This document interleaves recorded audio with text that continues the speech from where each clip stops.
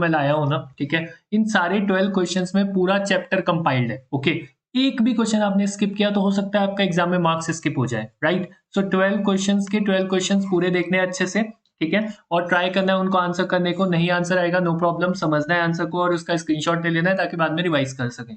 Got it? जो भी question बहुत डिफिकल्ट लगे, अंडरस्टूड? वैसे तो यहीं पर समझ में आ जाएगा और आप ध्यान रख पाओगे। दूसरा रीजन क्या है ग्लोबलाइजेशन ऑफ इंडियन इकोनॉमी को पढ़ने का, कि सिर्फ इसमें 2 ही टॉपिक्स हैं जो एग्जामिनर ने दिए as per the curriculum. That is what is globalization, and second one is factors that have enabled globalization. Okay, तो इन दोनों टॉपिक से ही क्वेश्चन बनेंगे, तो एग्जामिनर पक्का से क्वेश्चन दे सकता है यहाँ पर आपको इस चैप्टर से। चलिए without wasting your precious time let's begin with the first question. First question जो है मैच द फॉलोइंग टाइप का क्वेश्चन है, एमसीक्यू है। फर्स्ट क्वेश्चन एमसीक्यू पिक किया है, एक एमसीक्यू रहेगा आपका, फिर देन एक आपका डिटेल्ड क्वेश्चन रहेगा। इस सीक्वेंस में हम लोग क्वेश्चंस करेंगे ताकि एमसीक्यूज की भी प्रैक्टिस हो जाए और आपका डिटेल्ड क्वेश्चन भी पूरा कवर हो जाए, राइट? ठीक है, सो लेट्स बिगिन। ये आपका क्वेश्चन है सामने स्क्रीन पर। इसमें आप देख सकते हो कि दैट यहाँ पे आपको 2 लिस्ट गिवन है, दैट इज लिस्ट 1 जिसमें आपको ग्लोबल एस्पेक्ट बोला गया है, डिस्कस किया गया है, एंड देन यहाँ पर डिस्क्रिप्शन बताया गया उस ग्लोबल एस्पेक्ट का, मींस उसका मीनिंग बताया गया, you can say simply that. Okay, so you can read once. Technological advancement, liberalisation of trade, cultural exchange, multinational corporations, जो भी आपको टर्म इजी लगे सबसे पहले उसका आंसर पिक कर लो as per the following options. Okay, तो फॉर एग्जाम्पल आपने लिबरलाइजेशन पिक करा। लिबरलाइजेशन का मतलब आपको पता होना चाहिए, नहीं पता है तो सुन लो ध्यान से। लिबरलाइजेशन का सिंपल सा मतलब है फ्रीडम, ठीक है।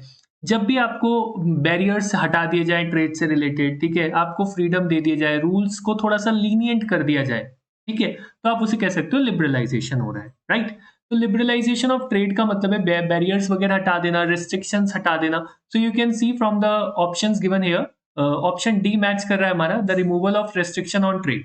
ओके, तो देखते हैं सेकंड का डी कौन सा है हमारे अकॉर्डिंगली। सेकंड का डी मैच कर रहा है, तो I think B is the correct answer, right, यहीं से हो जाता है। फिर भी बाकी ऑप्शंस भी क्रॉस चेक करेंगे।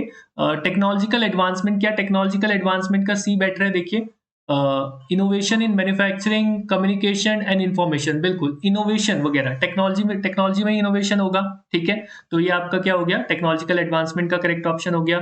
देन आपका थर्ड ऑप्शन जो है उसका ए बोल रहा है, that is cultural exchange, interaction of ideas, values and traditions. Tradition की बात हो रही है, आइडियाज की बात हो रही है, वैल्यूज की बात हो रही है, तो ये कल्चरल एक्सचेंज का ही पार्ट माना जाएगा, राइट, ठीक है। सो फोर्थ ऑप्शन हमारा बी है, दैट इज मल्टीनेशनल कॉर्पोरेशंस। तो multinational corporations means companies, that's it, ठीक है। सो हमें पूरी तरह से श्योर हो गया that B is the correct answer, although हमें सिर्फ लिबरलाइजेशन से ही मिल गया था, but still if you can go with any another option you can go ahead. So let's see the correct answer, that is option number B. Hope so it is understood to you. Now moving forward with the next super important question, बहुत important है भाई, miss नहीं करना बिल्कुल भी। मैं बोल रहा हूँ आपको, देखो ना 12 क्वेश्चंस है हमारे पास सिर्फ इस चैप्टर से, 12 के 12 क्वेश्चंस आपको पढ़ के जाने हैं, राइट। मैं यहाँ पर एक बार समझा रहा हूँ, जो भी क्वेश्चन एक बारी में ना समझ में आए उसको दोबारा से रीड करने की कोशिश करना, दोबारा से रीड करना, ठीक है, and try to understand that question. I am promising कि 99.9% चांस है कि एग्जामिनर यहीं से क्वेश्चन पिक करेगा। ओके, क्लियर है? So don't waste your precious time please. तो इसको अच्छे से देखो और बिना स्किप करे सारे क्वेश्चंस को ट्राई करो कि आपको समझ में आ जाए और लर्न हो जाए, ठीक है। Globalisation is the process of rapid integration और इंटरकनेक्शन। ग्लोबलाइजेशन एक ऐसा प्रोसेस है जो इंटीग्रेट करता है और इंटरकनेक्ट करता है, यू कैन से, बिटवीन कंट्रीज, मतलब कंट्रीज को आपस में जोड़ता है, सिंपली यू कैन से। तो explain the statement with examples. आपको इस स्टेटमेंट को एक्सप्लेन करना है। Globalisation has encourage foreign investments, बिल्कुल सही बात है। फर्स्ट पॉइंट से हम देख सकते हैं कि भाई ग्लोबलाइजेशन से क्या होता है, फॉरेन इन्वेस्टमेंट्स इंक्रीज होते हैं, तो इसकी वजह से क्या होता है, कंट्रीज आपस में इंटरेक्ट करते हैं, कंट्रीज आपस में ज्वाइन होते हैं, इंटीग्रेट होते हैं, यू कैन से। और एमएनसीज जो है आपका सेटअप करती है प्रोडक्शन को close to the markets and availability of skilled and unskilled labour, ठीक है, जहां पर उनको स्किल्ड और अनस्किल्ड लेबर सस्ती मिलेगी वो वहां पर अपना सेटअप स्टैब्लिश कर लेती है, अपनी फैक्ट्रीज स्टैब्लिश कर लेती है। उन कंट्रीज को एमएनसीज चूज करती हैं जिनकी पॉलिसीज थोड़ा सा फाइन हो, ठीक है, इजीली ऑपरेबल हो, यू कैन से, ठीक है। MNC setup production jointly with local companies, कभी कभी वो लोकल कंपनीज के साथ भी सेटअप करती हैं। टेक्नोलॉजीज का एक्सचेंज होता है, ठीक है, जिसकी वजह से रैपिड इंटीग्रेशन होता है। और ग्लोबलाइजेशन की वजह से जो है इंटरडिपेंडेंस काफी ज्यादा बढ़ गया है between the countries, so that's why we can say कि ग्लोबलाइजेशन की वजह से इंटीग्रेशन होता है बिटवीन द कंट्रीज और इंटरकनेक्शन होता है बिटवीन द कंट्रीज। और कंज्यूमर्स को भी बेनिफिट होता है, यहाँ पर कंज्यूमर्स को कैसे बेनिफिट होता है, वो लोग एक्सेस कर पाते हैं ग्लोबल प्रोडक्ट्स को, ठीक है, इजीली उनको किसी भी मार्केट में मैन्युफैक्चर होने वाला प्रोडक्ट इजीली उनको अवेलेबल हो जाता है, ठीक है। और इस तरीके से ग्लोबलाइजेशन क्या करता है, इंटीग्रेट करता है मार्केट्स को डिफरेंट डिफरेंट कंट्रीज की, और कल्चर भी स्प्रेड करता है नो डाउट, और टेक्नोलॉजी शेयर करते हैं दोनों कंट्रीज आपस में, ओके। एग्जाम्पल आप ले सकते हो Cargill Foods, Reliance Industries etcetera, that's it, okay. So कोई भी आपको 4-5 पॉइंट्स कोट करने होंगे as per the mark limit of the question. इस क्वेश्चन को 5 मार्क्स में पूछा जा चुका है 2022, 2023 और 2024 में, तो आपको 5 पॉइंट्स एटलीस्ट कोट करने होंगे। यहाँ पर मैंने आपको 10-11 पॉइंट्स दिए हैं, तो you can quote any 5 to 6 points, ठीक है। Moving forward with the next question, ये क्वेश्चन अगेन हमारा एमसीक्यू रहने वाला है। Which one of the following is a major benefit of a local company. यहाँ पर लोकल कंपनी का बेनिफिट पूछा है, ध्यान देना। लोकल कंपनी का क्या बेनिफिट होगा अगर वो एक एमएनसी के साथ ज्वाइन होकर के प्रोडक्शन करती है तो। Read the options carefully, then I will discuss the answer. एक बार देखो फटाफट से, 5 सेकेंड्स है आपके पास। जो वर्ड्स अंडरलाइन कर रहा हूं उसको ध्यान देना। एमएनसी देगी क्या, टेक्नोलॉजी और मनी लोकल कंपनी को। एमएनसी सारे डिसीजन लेगी जिससे कि बर्डन कम हो जाए लोकल कंपनी का, या फिर एमएनसी परचेज कर लेगी all shares of local company for faster production. Shares purchase करने से क्या प्रोडक्शन फास्टर हो जाएगा। और एमएनसी ये भी बोल सकती है कि लेबर और कैपिटल इन्वेस्टमेंट दो फ्रॉम द लोकल कंपनी। क्या वो लोकल कंपनी से पैसा मांगेगी, बताओ क्या होगा। मनी एंड टेक्नोलॉजी प्रोवाइड कर देगी तो क्या हो जाएगा काम, एमएनसी को क्या बेनिफिट होगा, ठीक है। लोकल कंपनी को सॉरी बेनिफिट होगा क्या, MNC provides money and technology to local company. Let's see, so क्या है आपका answer, option A is the correct answer. बिल्कुल क्यों बोल रहा है, क्योंकि एमएनसी जब आपको मनी और टेक्नोलॉजी दे देगी एज अ लोकल कंपनी तो आप इजीली प्रोडक्शन कर पाओगे, और ये आपका बहुत ज्यादा बड़ा बेनिफिट होगा। जब भी कोई एमएनसी आपके साथ ज्वाइन करेगी तो आप इसी बेनिफिट के लिए एमएनसी के साथ ज्वाइन होना चाहोगे, बिकॉज आपको लेटेस्ट टेक्नोलॉजी एक्सेस करने को मिलेगी और आपको फंड्स भी इजीली अवेलेबल हो जाएंगे, राइट, ठीक है। तो होप सो क्लियर होगा। Moving further with the next question, that is question number 4। आपको यहाँ पर रोल बताना है लिबरलाइजेशन का। लिबरलाइजेशन का क्या रोल है इन द ग्लोबलाइजेशन। तो यहाँ पर सबसे पहले ना दोनों टर्म्स का मीनिंग आपको समझना होगा, and the same you have to quote in the answer also, ठीक है। लाइक लिबरलाइजेशन का मैंने मतलब बताया था अभी आपको कि लिबरलाइजेशन का मतलब होता है फ्रीडम दे देना, ठीक है। फ्रीडम या रेस्ट्रिक्शंस हटा देना या थोड़ा रिलैक्सेशन दे देना रूल्स में, ठीक है। अगर आप ये सब वर्ड्स यूज करते हो तो इसका मतलब क्या है, लिबरलाइजेशन की बात हो रही है, right. The same it is written here. और ग्लोबलाइजेशन का मतलब क्या होता है, जब मार्केट फ्रीडम हो, मार्केट आप कहीं पे भी जाकर के प्रोडक्ट सेल कर सकते हो, ओके। अलाउइंग अ मोर ओपन मार्केट, मतलब कोई भी कंपनी आपके वहां आकर के आपकी कंट्री में आकर के प्रोडक्ट सेल कर सकती है, या फिर आप भी किसी और कंट्री में जाकर के प्रोडक्ट सेल कर सकते हो, ठीक है, क्लियर है। तो लिबरलाइजेशन क्या अलाउ करता है बिजनेसेस को, ताकि वो डिसीजन फ्रीली ले सके, फ्रीडम होती है उनको डिसीजन लेने के लिए। इससे उनकी क्या होती है, एफिशिएंसी बढ़ती है, मतलब और अच्छे से वो काम कर पाते हैं, और मार्केट रीच भी उनकी इंक्रीज होती है, ओके। फ्री इंपोर्ट्स इंक्रीज होते हैं इससे, it has promoted free imports. Business को एक्सेस मिलता है बेटर क्वालिटी इनपुट्स का एट लोअर प्राइसेस, किसके थ्रू, लिबरलाइजेशन के थ्रू और ग्लोबलाइजेशन के थ्रू। लिबरलाइजेशन एनकरेज करता है क्या, फ्री एक्सपोर्ट्स को, okay, allowing companies to access global markets and increase revenue, जिसकी वजह से उनको ग्लोबल मार्केट्स का एक्सेस मिल जाता है इजीली, और उनका रेवेन्यू भी बढ़ता है, मतलब वो इजीली ज्यादा पैसे कमा पाते हैं। 1991 में आपको पता है इंडिया ने की पॉलिसी रिफॉर्म्स इश्यू करे थे, जिसको हम एलपीजी रिफॉर्म्स भी बोलते हैं, जिसकी वजह से मार्केट ओपन हो गई और फॉरेन कंपटीशन को हमने वेलकम करा कि हाँ भाई फॉरेन कंपनीज भी अब हमारे यहाँ पे आकर के अपने प्रोडक्ट्स को सेल कर सकती हैं, और हमने ग्लोबलाइजेशन को भी इस तरीके से बूस्ट किया, ओके। फॉरेन कंपनीज अब हमारे यहाँ फैक्ट्री सेटअप कर सकती हैं due to the LPG reforms जो इंडिया ने इंट्रोड्यूस करे थे 1991 में, और जिसकी वजह से काफी ज्यादा इंडस्ट्रीज में हमें ग्रोथ देखने को मिली एंड बहुत ज्यादा जॉब अपॉर्चुनिटीज भी क्रिएट हुई, ओके। और लिबरलाइजेशन ने क्या एनकरेज करा, एफडीआई को भी एनकरेज करा, मतलब फॉरेन डायरेक्ट इन्वेस्टमेंट, फॉरेन के पर्सन, फॉरेन की कंपनीज यहाँ पर इन्वेस्ट कर सकती हैं, जिसकी वजह से कैपिटल आई हमारे कंट्री में, टेक्नोलॉजी आई और एक्सपर्टीज भी आई for the growth of the country और the industries, you can say. कुछ एक्स्ट्रा पॉइंट्स है, आप इसको रीड कर सकते हो, ठीक है। टेक द स्क्रीनशॉट और pause the video to read it, एक बार रीड कर लेना यू वांट, ठीक है। कुछ extra points I have kept here, तो आप इनको रीड कर सकते हो। Moving forward with the next question, that is again an MCQ. Choose the correct option to fill the blank, removing barriers और restrictions on business and trade set by the government is called as क्या। जब हम barriers को remove करने की बात करते हैं, रेस्ट्रिक्शंस को रिमूव करने की बात करते हैं, तो हम उसको क्या बोलते हैं। I have discussed it 2 times till now. 4 questions में मैंने 2 बार डिस्कस कर लिया है इसको। देखते हैं आप लोग को सही आंसर आता है नहीं आता। रीड करो ऑप्शंस, आप इजीली गेस कर पाओगे करेक्ट आंसर। एफडीआई भी बताया मैंने आपको क्या होता है अभी, लिबरलाइजेशन भी बता चुका हूँ। स्पेशल इकोनॉमिक जोन्स कौन से होते हैं ना, जहां पर गवर्नमेंट जो है स्पेसिफिकली इंडस्ट्रीज को सेटअप करने के लिए एक सेपरेट पॉलिसी बनाती है। ओके, सेपरेट नॉर्म्स होते हैं, रूल्स में कुछ रिलैक्सेशंस होते हैं। Okay, different different benefits provide करती है गवर्नमेंट, यू कैन से। और डिसइन्वेस्टमेंट का मतलब होता है जब गवर्नमेंट अपने सेक्टर से, मतलब गवर्नमेंट क्या कर रही है, पब्लिक सेक्टर होता है गवर्नमेंट का, आपको पता है, ठीक है।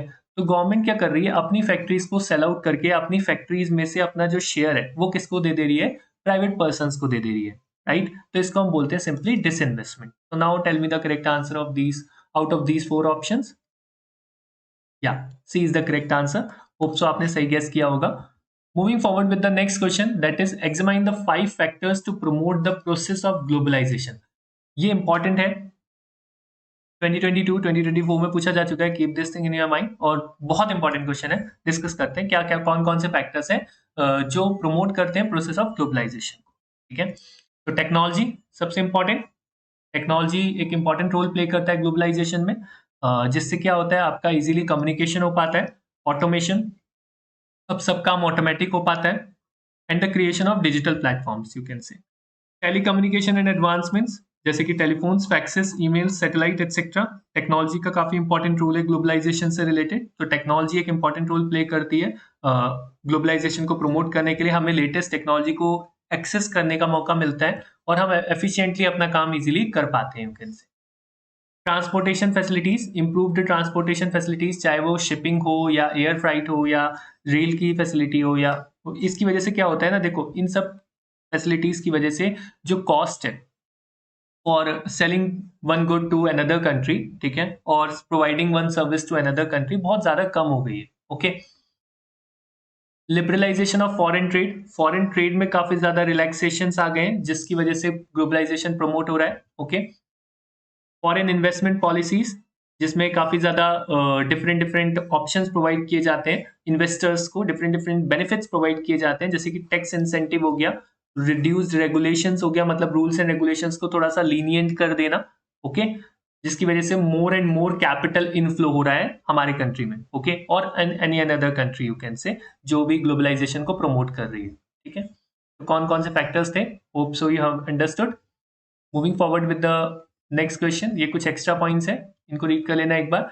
एसईजेड्स, स्पेशल इकोनॉमिक जोन्स, मैंने आपको बताया यहाँ पर स्पेशल गवर्नमेंट क्या करती है, स्पेशल स्कीम के अंडर में इन्वेस्टर्स को इनवाइट करती है, टैक्स एक्सेम्पशंस देती है, टैरिफ्स को रिड्यूस कर देती है, रिलैक्स रेगुलेशंस, और स्पेसिफिकली ये जो जोन्स होते हैं ना, एसईजेड्स जो होते हैं आपके, वो एक्सपोर्ट के पर्पस के लिए सेटअप किया जाता है, you can say. Okay, clear, hope so clear होगा। Now moving forward with the next question, again एक एमसीक्यू है ये। Which of the following is a major benefit to an MNC when it works on joint production with the local company. देखो अभी हमने देखा था, जो पिछला एमसीक्यू था उसमें मैंने आपको पूछा था कि लोकल कंपनी का क्या बेनिफिट होता है, ठीक है। यहाँ पर क्या पूछ रहा है कि एमएनसी का क्या बेनिफिट होगा, तो बताओ फिर फटाफट से क्या बेनिफिट होगा, रीड करो खुद से जल्दी, 10 seconds you are having.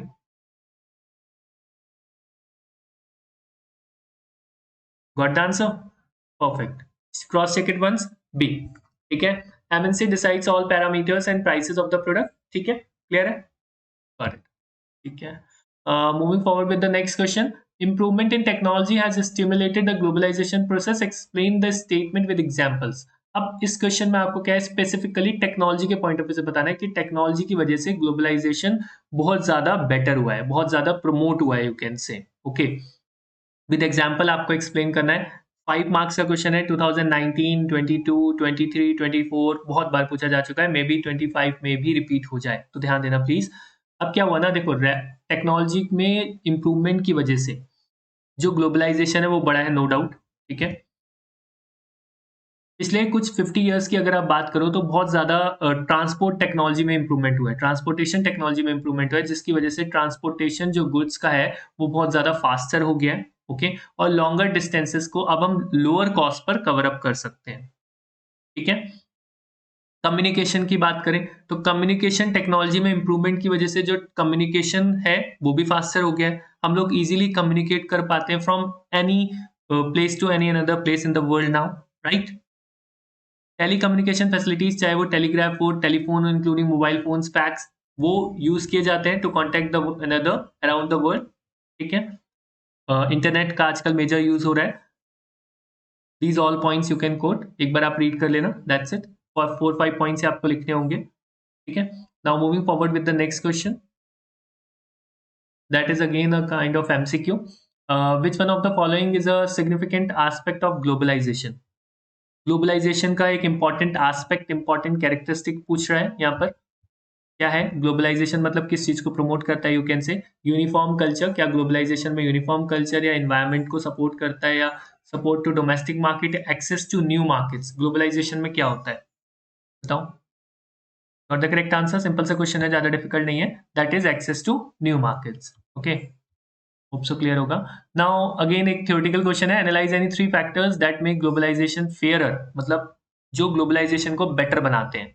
You can say तो गवर्नमेंट, सबसे पहले गवर्नमेंट का रोल आता है। गवर्नमेंट के रोल में क्या आता है? उसकी पॉलिसीज जो इंटरेस्ट को प्रमोट करती हैं डिफरेंट डिफरेंट सेक्टर्स के, चाहे वो प्रोड्यूसर हो, इन्वेस्टर हो, या आपका लोकल कंपनी का ओनर हो, या कस्टमर हो, राइट? तो गवर्नमेंट का बहुत ज्यादा इंपॉर्टेंट रोल है। गवर्नमेंट ये भी इंश्योर करती है कि जो लेबर लॉज है, ठीक है, वर्कर्स के लिए स्पेसिफिकली, वो प्रॉपरली इंप्लीमेंटेड हो, और जो वर्कर्स हैं उनको राइट्स मिले।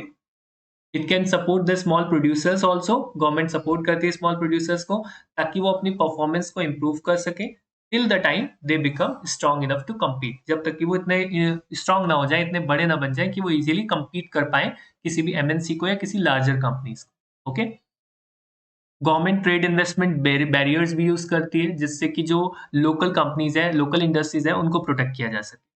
Got it? Hope so clear होगा, सिंपल सा क्वेश्चन था। और डब्ल्यूटीओ के साथ भी आपका नेगोशिएट कर सकती है गवर्नमेंट, ताकि जो है डब्ल्यूटीओ, जब डब्ल्यूटीओ जो है वो फेयर रूल्स लाए, सिर्फ डेवलप्ड कंट्रीज के फेवर में रूल्स ना बनाए जाए, डेवलपिंग कंट्रीज और अंडर डेवलप्ड कंट्रीज के फेवर में भी रूल्स को इंप्लीमेंट किया जाए accordingly. Got it? Now moving forward with the next question, theoretical question है। अब एमसीक्यूज खत्म हो गए, एक क्वेश्चन है और एक अगला क्वेश्चन, दैट्स इट।